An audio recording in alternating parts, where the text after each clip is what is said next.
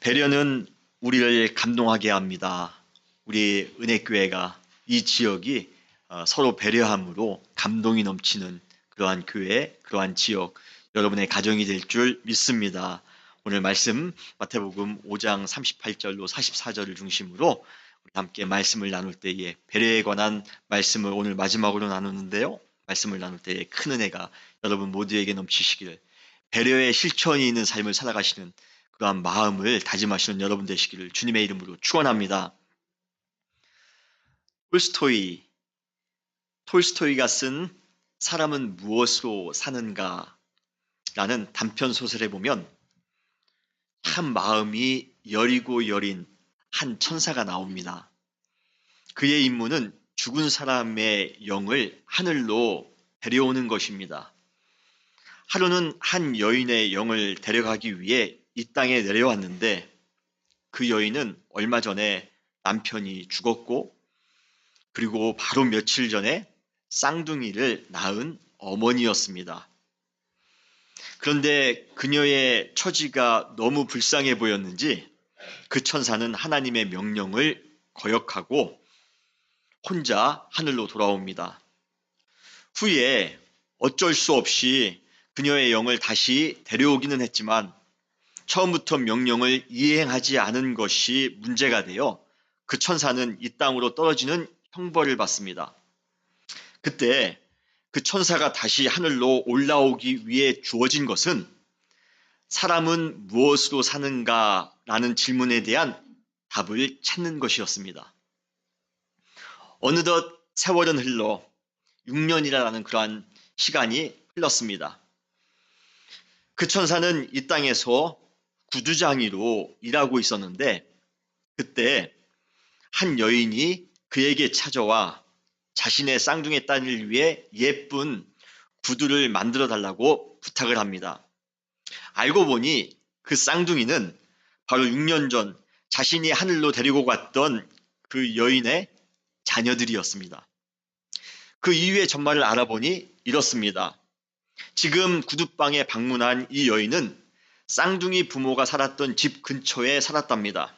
쌍둥이가 태어날 때에 그녀도 자신의 한 아들을 낳게 되었는데, 그 쌍둥이의 엄마가 죽은 후에 어쩔 수 없이 자신의 젖을 먹여가며 자신의 아이와 같이 함께 그 쌍둥이를 키웠다고 합니다. 그런데 자신의 진짜 아이는 태어난 지 2해 만에 죽고 다시 자식이 생기지 않아 쌍둥이들을 자신의 친자식처럼 키우고 있었던 것입니다. 이 이야기를 들은 천사는 드디어 사람이 무엇으로 사는가에 대한 답을 찾게 됩니다. 그는 이 소설의 결론 부분에 이렇게 고백합니다. 내가 이것을 깨달았다. 모든 사람은 자신을 살피는 마음에 의하여 살아가는 것이 아니라 사랑함으로써 사람들은 살아가는 것이다. 쌍둥이의 엄마가 죽으면 그 아이들은 살 수 없을 것이라 생각했는데, 이웃집 여인의 도움으로 그 아이들은 행복하게 살게 되었던 것입니다. 그리고 아들을 잃은 엄마는 그 슬픔으로 인해 다시는 행복하지 않을 줄 알았는데 그 쌍둥이로 인해 행복하게 살게 되었다는 것입니다.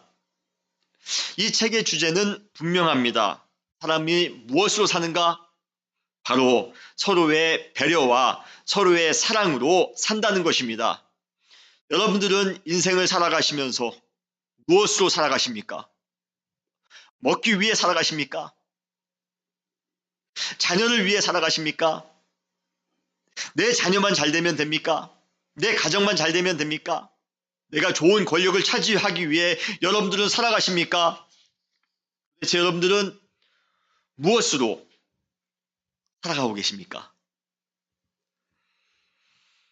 인생은 우리 스스로 해결할 수 없는 문제들로 가득 차 있습니다.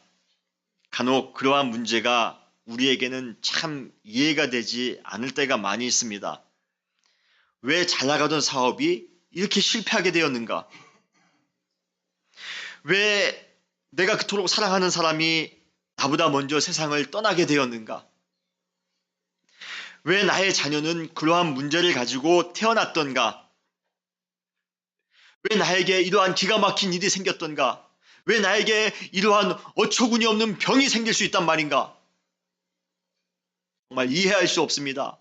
Why me? 왜 나에게 이러한 일이 생길 수 있단 말입니까? 그러나 이해가 되지 않는 수많은 인생사에도 불구하고 한 가지 분명한 것은 내가 스스로 해결할 수 없는 문제가 인생 가운데 너무도 많기에 우리는 다른 사람의 도움이 절대적으로 필요하다는 것입니다. 어쩌면 우리네 인생에 문제가 많은 이유는 다른 사람을 도우며 살아가야만 한다는 의미가 아닐까요? 그래서 우리는 서로 배려하며 서로 섬기며 살아가야 되는 것입니다. 인생을 행복하게 살아가는 사람들의 공통적인 특징은 혼자가 아니라 서로 함께 누리며 사는 것에 익숙하다라는 것입니다. 현대 치열한 사회적 분위기 속에서는 구성원 모두가 다 경쟁 관계일 때가 많이 있습니다. 내가 저 사람을 넘어뜨리지 않으면 내가 넘어질 수 있어. 내가 저 사람보다 앞서가지 않으면 나는 패할 수 있어. 이러한 경쟁 관계 가운데서만 살아갑니다. 경쟁 관계는 서로에 대한 소통을 극단적으로 차단한 채 자신만의 비밀 공간을 만들어 남을 이기기 위한 무기를 개발하는 데에 열을 냅니다. 그래서 이 세상에 있는 모든 학생들은 공부하는 기계가 됐습니다. 이 세상의 모든 그러한 가장들은 돈 버는 기계가 됐습니다. 이 세상의 모든 직장인들은 일하는 기계가 됐습니다. 그래서 어떻게든지 남을 따라잡아야 됩니다. 남을 넘어뜨려야 됩니다. 그래야 내가 승리할 수 있고 그래야 내가 잘 나갈 수가 있습니다. 이러한 경쟁 관계는 한시적으로는 성장을 기대할 수 있을지 모르지만 장기적으로 볼 때 역기능 사회가 되는 결정적인 원인이 될 것입니다. 우리가 살고 있는 현대 산업과 문화는 아주 발달했는데 도덕과 공동체 정신은 한없이 부실해졌습니다. 하드웨어는 잘 갖춰진 것 같은데 소프트웨어는 완전히 부실하기 짝이 없습니다. 건강한 공동체는 경쟁 관계가 아니라 상생 관계로 연결되어 있어야 합니다. 서로가 서로의 필요를 보충하며 배려하는 것이 공동체 안에서 일상화되어질 때 상상을 초월하는 사회적 시너지 효과가 우리 가운데 일어날 수 있는 것입니다. 그러므로 우리 모두는 서로 배려하며 사는 것에 힘쓰셔야 됩니다. 사랑하는 성도 여러분, 우리 은혜교회는 서로 배려하며 서로 섬기며 살아가시기를 주님의 이름으로 축원합니다. 이 세상에 혼자 할 수 있는 일은 극히 드뭅니다. 서로 돕고 서로 배려할 때 우리는 더욱더 큰 성숙한 사람이 될 수가 있는 것입니다. 특별히 우리는 예수님을 통해 배려하는 마음을 배우셔야 합니다. 그분은 배려하는 삶의 전형적인 모델입니다.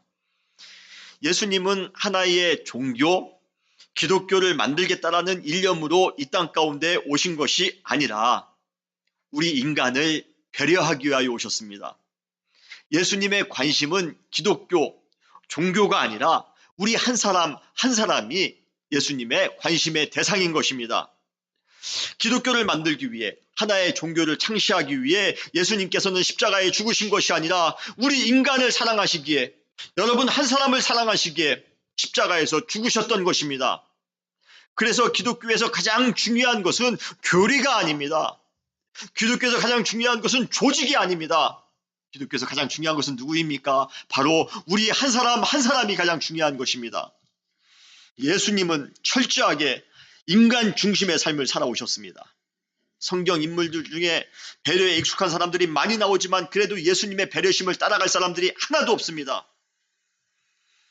그러면서 우리에게 주어지는 도전이 있는데 바로 예수님께서 우리를 배려하셨던 것처럼 우리 역시 모든 사람을 배려하며 살아가야 된다는 것입니다. 사랑하는 성도 여러분, 예수님께서 우리를 배려하시기 위하여 이 땅 가운데 오셨던 것처럼 우리 역시 수많은 사람들을 배려하며 살아가시는 여러분 되시기를 주님의 이름으로 축원합니다. 예수님께서는 세 가지 면에서 우리 인간을 향해 배려하셨습니다. 오늘 여러분들에게 이 세 가지 예수님께서 우리 인간을 배려하신 면을 한번 살펴보기를 원합니다. 그러면서 우리는 예수님의 배려를 한번 배워보려 합니다. 첫 번째로 예수님께서는 철저히 낮아지심으로 배려를 실천하며 사셨습니다. 예수님께서는 높고 높은 하늘, 우리가 범접할 수 있는 하늘에서 우리를 피상적으로 바라보시며 불쌍하게 생각한 것이 아니라 이 땅까지 직접 낮아져서 우리 가운데 찾아오심으로, 그리고 우리의 아픔 가운데 참여하심으로써 우리를 배려하셨습니다. 빌립보서 2장 6절로 8절은 예수님의 낮아짐을 강조하고 있는 아주 고전적인 구절입니다.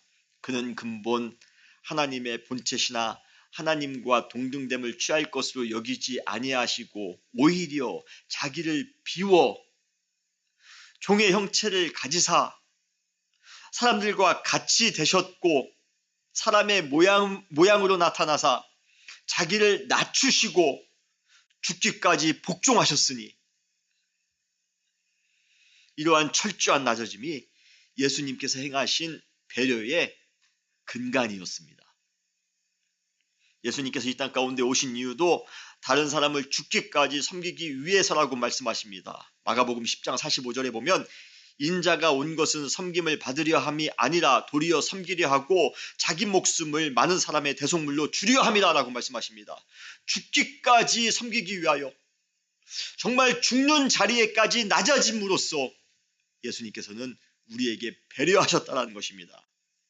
통상적으로 우리는 높은 사람에게 관대하며 낮은 사람에게는 엄격합니다. 잘 나가는 사람 앞에서는요, 찍소리도 못하지만 나보다 조금 못하다 싶은 사람에게는 가혹하리만큼 매몰차입니다.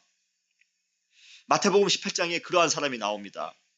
어떤 사람이 자기보다 좀 수십억 달러 빚을 탕감해 줄 수 있을 만큼 힘 있는 사람 앞에서는 얼마나 굴욕적으로 그 사람 앞에 행동하는지 모릅니다. 그러나 자신에게 겨우 수십 달러 빚진 사람에게는 아주 치사하리만큼 비열하게 그를 대합니다. 아주 전형적인 졸장부의 모습입니다. 이러한 사람의 최대 악점, 약점도 아닙니다. 가장 큰 악점은 자신이 배려를 받은 만큼 전혀 다른 사람을 배려하지 않는다는 것입니다. 진정한 배려자는 예수님처럼 높은 사람에게는 엄격하지만 낮은 사람에게는 관대해야 됩니다.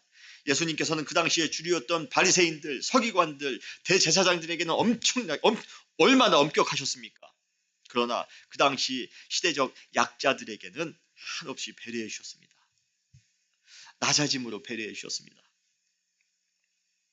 값싼 동정이 아니라 진실된 배려는 우리가 얼마만큼 상대방처럼 낮아지느냐, 그것으로 결정됩니다.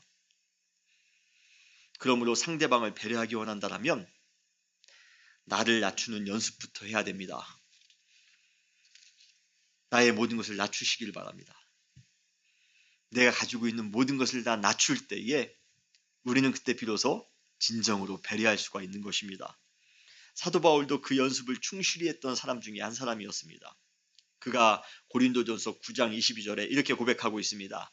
약한 자들에게 내가 약한 자와 같이 된 것은 약한 자들을 얻고자 하며 내가 여러 사람에게 여러 모양이 된 것은 아무쪼록 몇 사람이라도 구원하고자 함이니, 그는 복음을 전파하기 위해 택한 삶의 방식은 낮아짐으로, 상대방처럼 낮아짐으로 그를 배려하는 것이었습니다. 배려하지 않고는 복음을 증거할 수가 없습니다. 히브리서 저자도 히브리서 말미에 우리에게 이렇게 권면하고 있습니다. 히브리서 13장 3절에 너희도 함께 갇힌 것 같이 갇힌 자를 생각하고 너희도 몸을 가졌은즉 학대받는 자를 생각하라. 한마디로 말하면 무슨 의미입니까? 억울하게 갇힌 자처럼 그들의 마음을 우리가 느끼며 낮아지라는 것입니다. 학대받는 사람처럼 낮아져서 그들을 배려하고 섬기라는 것입니다. 이것이 진정한 배려라는 것입니다. 이것이 바로 예수 그리스도의 배려를 실천하는 것입니다.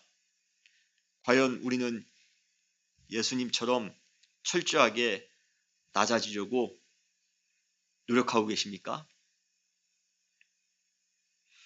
어떤 사람을 섬기면서, 어떤 사람을 배려하면서 내가 낮아질 마음이 하나도 없습니다. 내 자존심 다 지켜가면서 그러면서 섬긴다고요?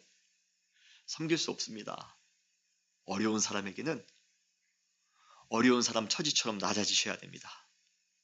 고통당하는 사람, 억울한 사람에게는 그들만큼 낮아지셔야 됩니다. 위로가 필요한 사람이 있습니다. 그들만큼 낮아지셔야 됩니다. 여러분, 상대방처럼 낮아짐으로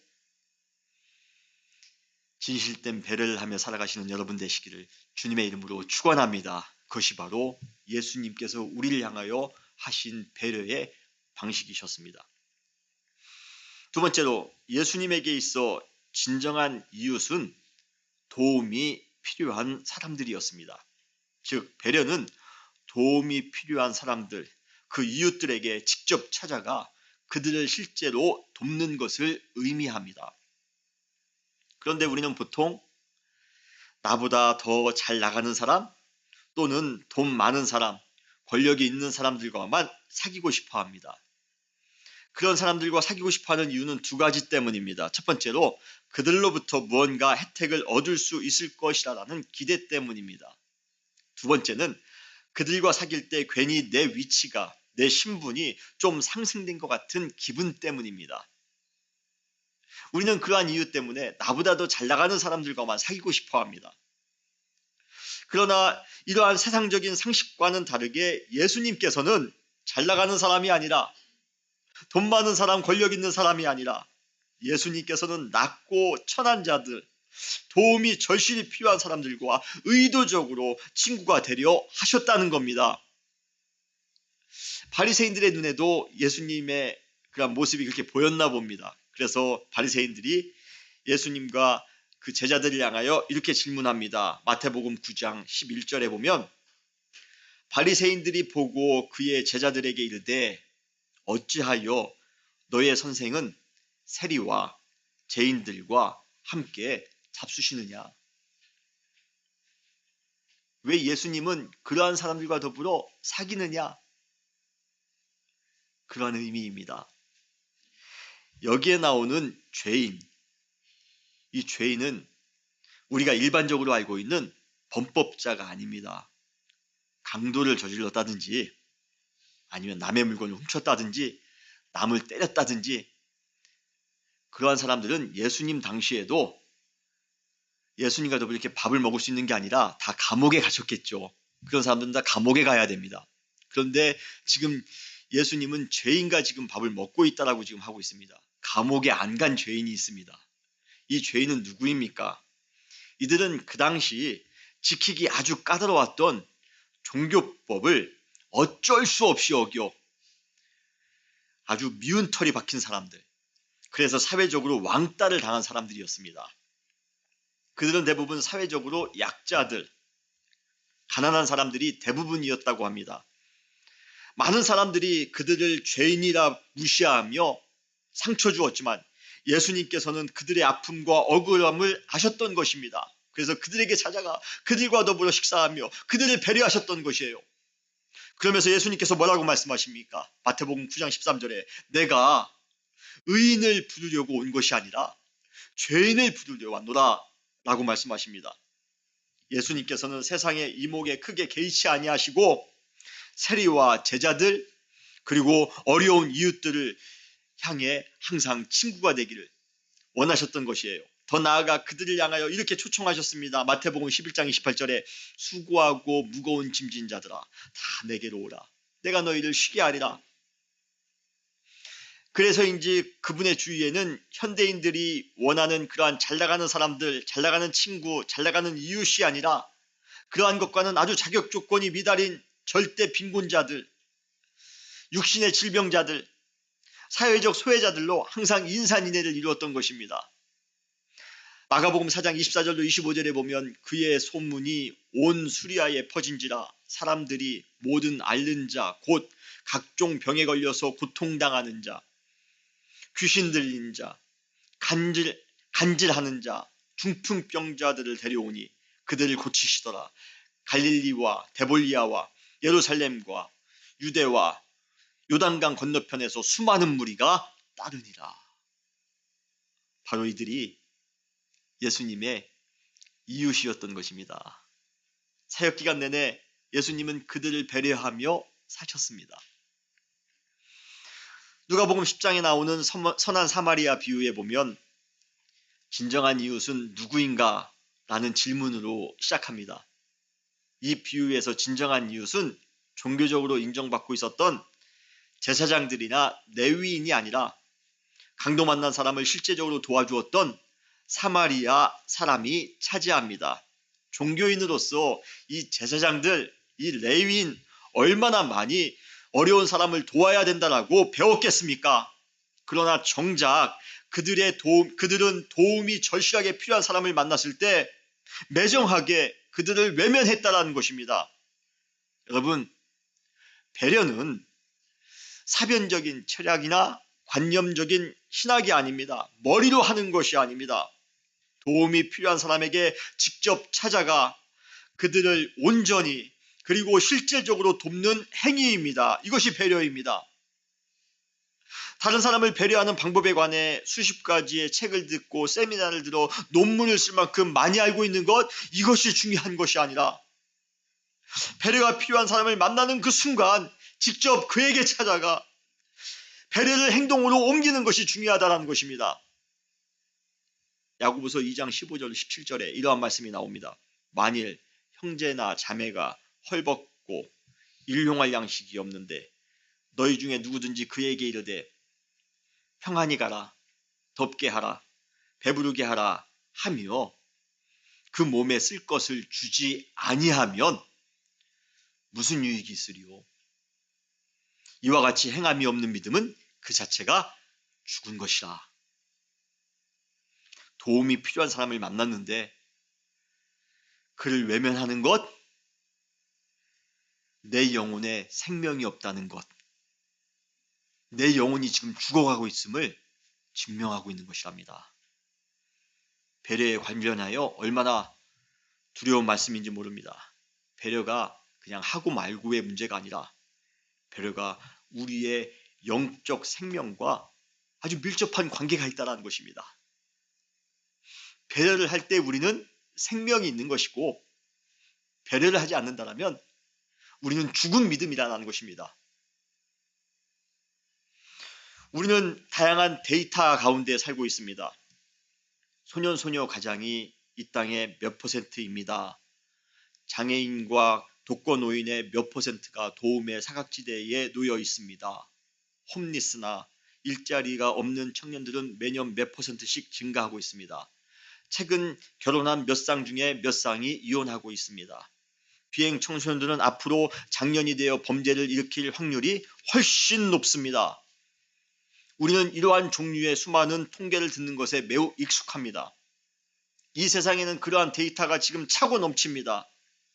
그러나 정작 우리가 그 데이터 속에 포함된 그들에게 직접 다가가 그들의 필요를 채워주고 있는 것이나 그들의 아픔을 공감해주고 있는 것에는 매우 인색합니다. 데이터보다 몇 %인가 보다 더 중요한 것은 그 데이터 속에 속한 사람들입니다. 한 사람 한 사람들이에요.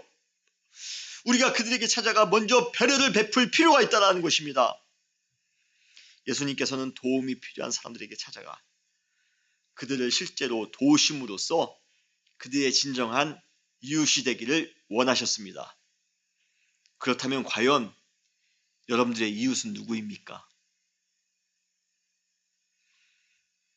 여러분 주변에 배려가 필요한 사람이 있습니까? 여러분 주위에 여러분의 사랑이 필요한 사람이 있습니까? 여러분 주위에 그런 사람이 있다면 그 사람이 바로 여러분의 진정한 이웃입니다. 그 이웃에게 찾아가 사랑으로 섬기는 여러분들이 되시기를 주님의 이름으로 축원합니다. 예수님께서 정말 수많은 고통받는 자들의 이웃이 되셨던 것처럼 여러분도 그들의 이웃이 되어 그들을 섬기며 살아가시기를 바랍니다. 이것이 예수님께서 우리 가운데 배려를 베푸신 그러한 방식이었습니다. 세 번째로 예수님께서는 바보의 마음으로 배려해야 함을 가르쳐 주셨습니다. 배려를 할 때 우리가 바보 같은 마음으로 배려해야 된다는 것입니다.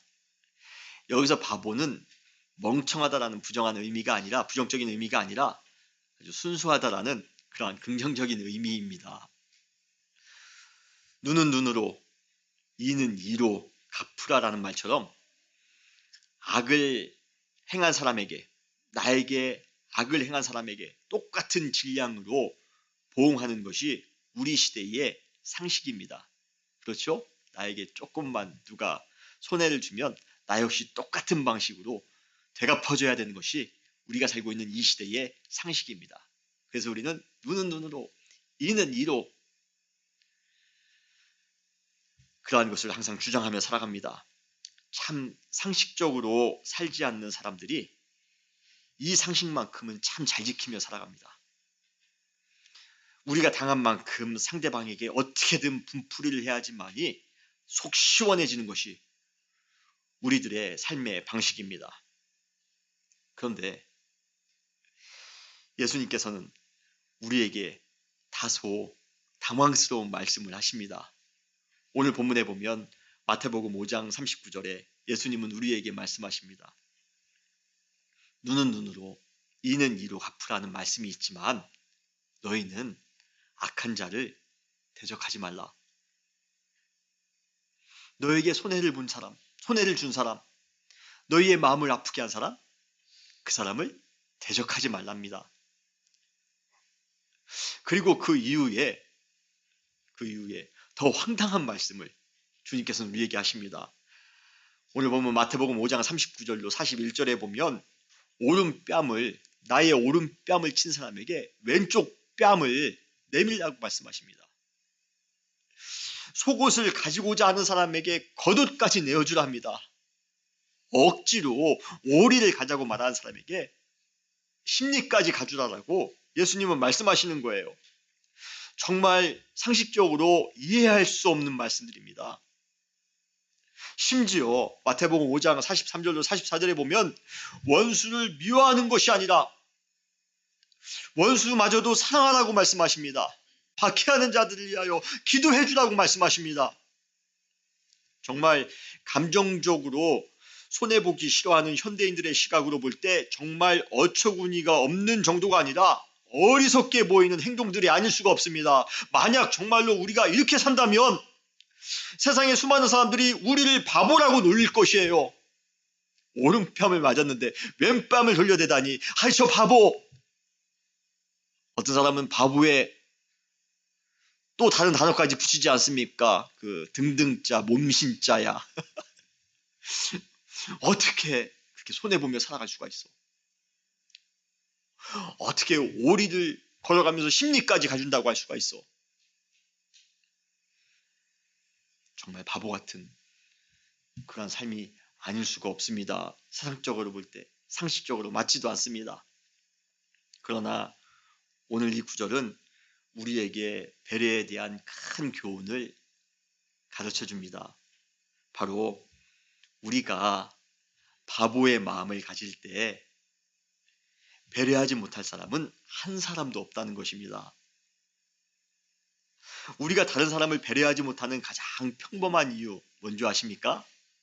바로 우리 스스로가 절대로 손해보지 않기 위하여 너무나 똑똑해지려 하기 때문에 그렇습니다. 너무 똑똑하기 때문에 우리는 배려하지 못합니다. 우리는 누구나 절대로 손해보며 살지 않기 위한 수십 가지의 똑똑한 방법들을 이미 우리 마음 가운데 가지고 살아갑니다. 그래서 우리는 누군가를 배려하기도 전에 먼저 복잡해집니다. 저 사람에게 정말 배려를 해야 되는가? 배려할 때 내가 얻을 수 있는 것은 무엇인가? 배려할 때 내가 손해볼 수 있는 것은 또 무엇인가? 배려해야 된다면 얼마까지만 내가 배려할 수 있을 것인가? 고민하며 계산하다 보면 배려하는 것이 태산처럼 높아집니다. 그리고 복잡해집니다. 결국에 와서는 난 배려할 수가 없어. 지금은 배려할 수가 없어. 너무 똑똑해서 배려하지 못합니다.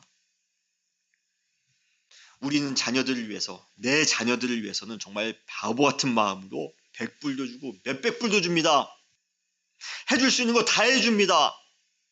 그러나 이 세상에 어려움을 당하고 있는 학생들, 아이들을 돕는 그 월드비전이나 컴패션, 기타 구제단체에 한 달에 40불 내는 것, 50불 후원하는 것도 우리는 고민하며 계산하다 보면 할 수가 없습니다.